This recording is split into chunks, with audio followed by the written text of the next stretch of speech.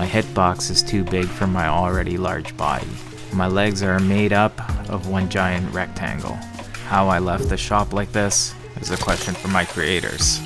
I think it's bullshit like Edward Scissorhands. But at least I can jump over mountains and land in a superhero pose.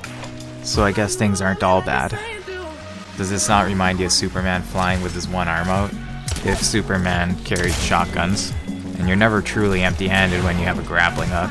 I felt more like Scorpion and just gave a guy an old-fashioned beatdown with my fists.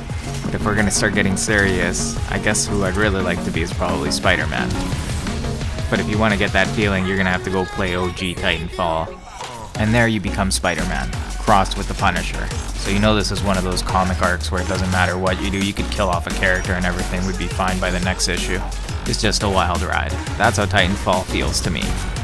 But what I like about Apex Legends is that even though it's more toned down, for the atmosphere, it feels just as epic to do grapple stuff in that game.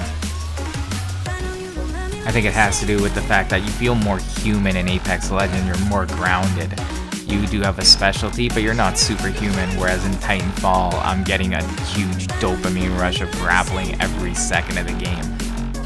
Everything is a little bit more calculated in Apex Legends because I don't have as much freedom to correct things, so if you're gonna make one go, you usually have to make it worthwhile in this game. But that is what makes some of these moments even more satisfying. Even the fact that when I grab somebody, I know it may be certain death for me, but I do it just for fun and to get that animation. We're gonna be seeing it again shortly. I've seen it done with other characters. I think it has to do with having something in your other hand so then it doesn't have two to use and then it does that animation. So I imagine there's other ways to pull it off, but this is a pretty consistent way to get it if you do want to see it. And I love flying through the air with this grappling hook. And I don't think people should be turned away by just the big hitbox and the fact that he may not be as competitive that way because he does have his own unique advantages. And they pretty much revolve around the grappling hook, so that's what you're going to want to work on. There's only really two rules. You jump before your feet leave the ground, because you can't double jump in this game. And the second one is that you have to keep an eye on your grappling hook so it doesn't disconnect, so you can do things like this. And that's really it. After that, it's more about learning how to pull yourself away from the hook so you can add some tension and then bringing yourself up with it. So I've always said all Titanfall moves, and it appears Titanfall universe grappling hooks revolve around half circles and holds and jumps. But in Apex Legends, you only get one jump, so you don't even have to worry about the second one. So it's actually a little bit easier. And that's the grappling hook montage to begin this episode.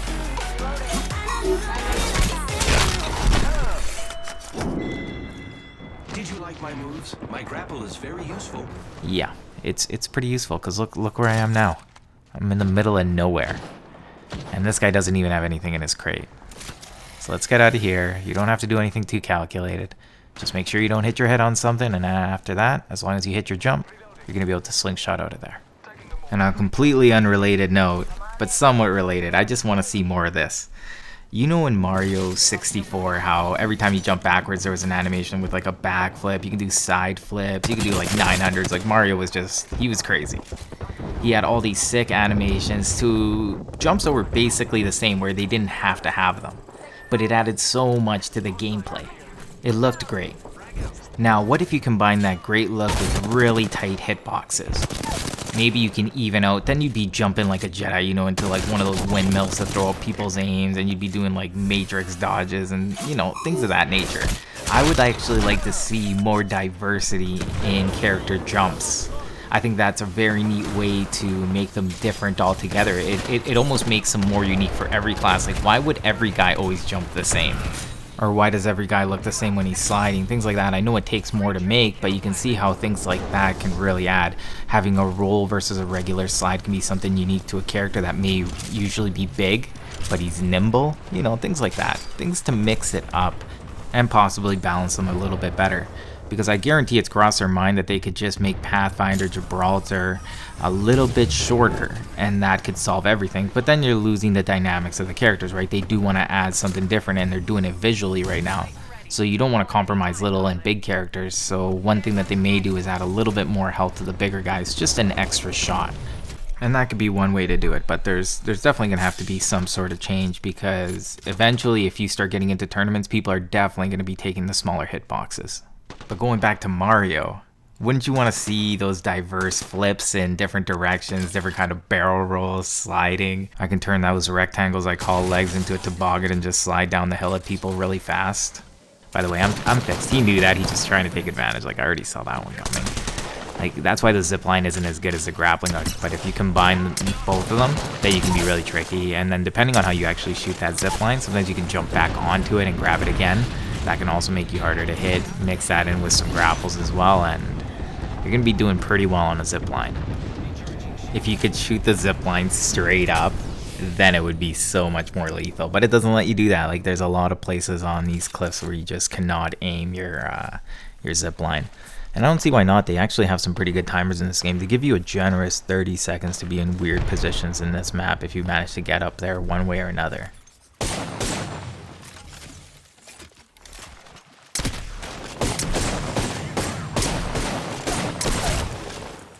Wingman isn't for everyone.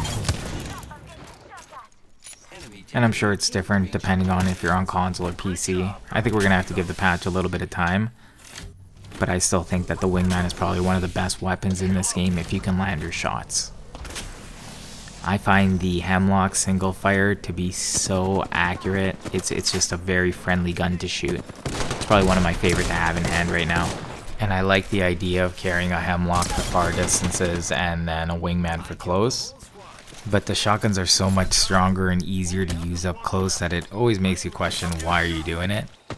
So I don't know if it's actually worth it. But it does feel powerful in your hands, because landing a Wingman shot, you can technically land a shot from close, medium, and far. So it's so much more versatile as people are charging. If you make a mistake in your spacing, technically you're going to be alright, because this thing shoots at long, medium, and far. So it was the same reason I ran the Pritis Revenge back when Destiny dropped. I just found it ridiculously strong. It was a 2-shot at every range. But in the end, it's probably just going to come down to whatever you find comfortable, whether it be a shotgun or something like the R99 or the Wingman. There is definitely options, but the shotgun still seems to be the best and easiest.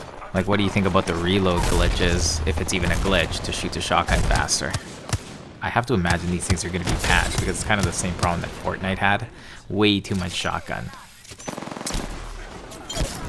But the real problem is that shotgun is part of the core gameplay. It keeps the pace of the game up. It makes it so people can't just camp in rooms. In this game, it's funny how clearly you can actually hear at times. Sometimes it's a little bit hard to pinpoint, but you can hear shots from super far. So if the gunfights are going to be extending even longer, then you're going to have a lot of third-party fights where it just doesn't feel good, because you can't finish people off fast enough if they get too defensive. And I think that's pretty much the shotgun argument in a nutshell. So that brings us to the end of this video. We're going to be closing out with some Titanfall footage, and for the next video it's going to be 100% Titanfall. And we're going to be getting into the big boys as well. We haven't done a big Titan episode in a while, so it's going to be 100% Titanfall, 100% Titan base. So if that's what you're into, that's what you're going to have to look forward to next week. And if you want to help support this channel, all you have to do is leave a like, leave a comment. It's always great to hear from you guys. I do want to organize some sort of community day and start getting that at least bi-weekly. So we'll work a little bit more on that in the next video as well. So again, thank you all for joining me. I'm Paper. Cut to you. And I'll see you guys next time. You know, I've been trying not to use a shotgun, but it's so hard because it's so good. And of course I'm carrying a Wingman because I'm that guy. In a pinch, the Wingman is so much better. Just the damage output is so much better. The potential damage output on the Spitfire is huge. But, yeah, it just comes down to landing the shots. Oh my god, Caustic and your stupid gas. This is funny. What? I was about to say it was ridiculous. Like, why does Caustic gas affect your allies? But then I ended up having a flashback of Titanfall 2 pre-phase shift patch. And it was pretty much just a bunch of gunfights where all of a sudden you would hit air because everybody was just phasing and running around in the upside down.